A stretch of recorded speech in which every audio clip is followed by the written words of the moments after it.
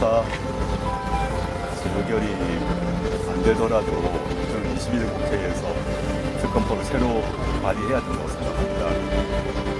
저는 윤석열 대통령과의 관계자들이 무엇이 두려운지, 왜 이렇게 정치적 사안이 아닌 이 법을 왜 통과를 안 시키려고 하는지 상식선상에 잘 이해가 안 됩니다.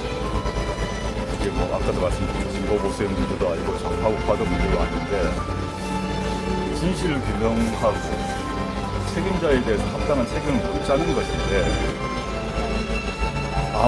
아무도 사과를 안 했지 않습니까? 어느 누구도 사과를 하지 않고 마음고생 몸고생은 유가족만 하시고 정치를 하겠다고 마음을 먹었습니다만 그렇지 않다고요. 아무 잘못도 없는 시민들이 서울 한복판에서 159명 사망했습니다. 유가족들이 한파 속에서 오체 투지와 15,900배를 하며 호소한 것은 진상규명과 재발방지 대책을 세우라는 것입니다. 그러나 윤석열 대통령은 이런 유가족들의 처절한 호소를 외면했습니다. 이태원 참사 피해자는 대한민국 국민만이 아닙니다. 미국을 포함한 14개 나라 26명의 외국인도 포함되어 있습니다.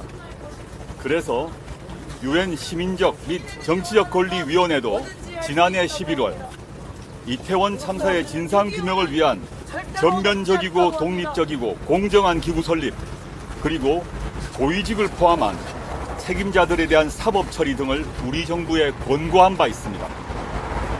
그런데 도대체 무엇이 두려워서 거부권을 행사합니까? 수많은 젊은이들의 죽음에 대해 그 누구도 책임을 지지 않았습니다. 왜 제대로 된 사과를 정부는 하지 않습니까? 도대체 국가가 왜 있고 정부는 왜 존재하는 것입니까? 국민의 삶을 지키고 보호하는 것이 국가와 정부가 존재하는 이유입니다. 윤석열 정권은 이태원 참사 초기부터 정부의 책임은 전면 부인하고 현장 실무자의 책임으로 돌리기에 급급했습니다. 지난달 기소되어 재판에 넘겨진 김광호 전 서울청장이 대표적인 사례입니다. 마치 고발 사주의 피의자 손준성 검사를 오히려 승진시키는 어처구니 없는 인사가 떠오르기도 합니다. 이태원 참사 후 15개월 김광호 서울경찰청장이 유임되었던 기간입니다. 경찰 2인자의 자리에서 본인이 인사 영향력을 행사하는 부하 직원들로부터 황제 수사를 받았음에도 기소 의견으로 불구속 송치된 것이 2023년 1월이었습니다.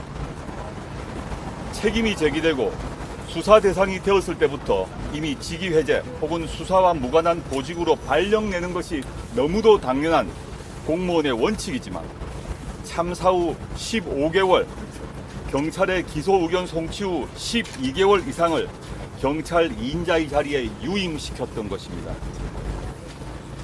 문재인 정부 서울경찰청장의 평균 임기가 1년이었음을 고려할 때 이태원 참사 책임으로 피의자가 된 이후에도 기소될 때까지 1년 이상을 경찰 2인자로 유임시킨 것은 털끝만큼도 정부 책임은 인정하지 않겠다는 오기 인사이자 국민 무시 정권의 민낯을 보여준 대표적 사례라고 하겠습니다.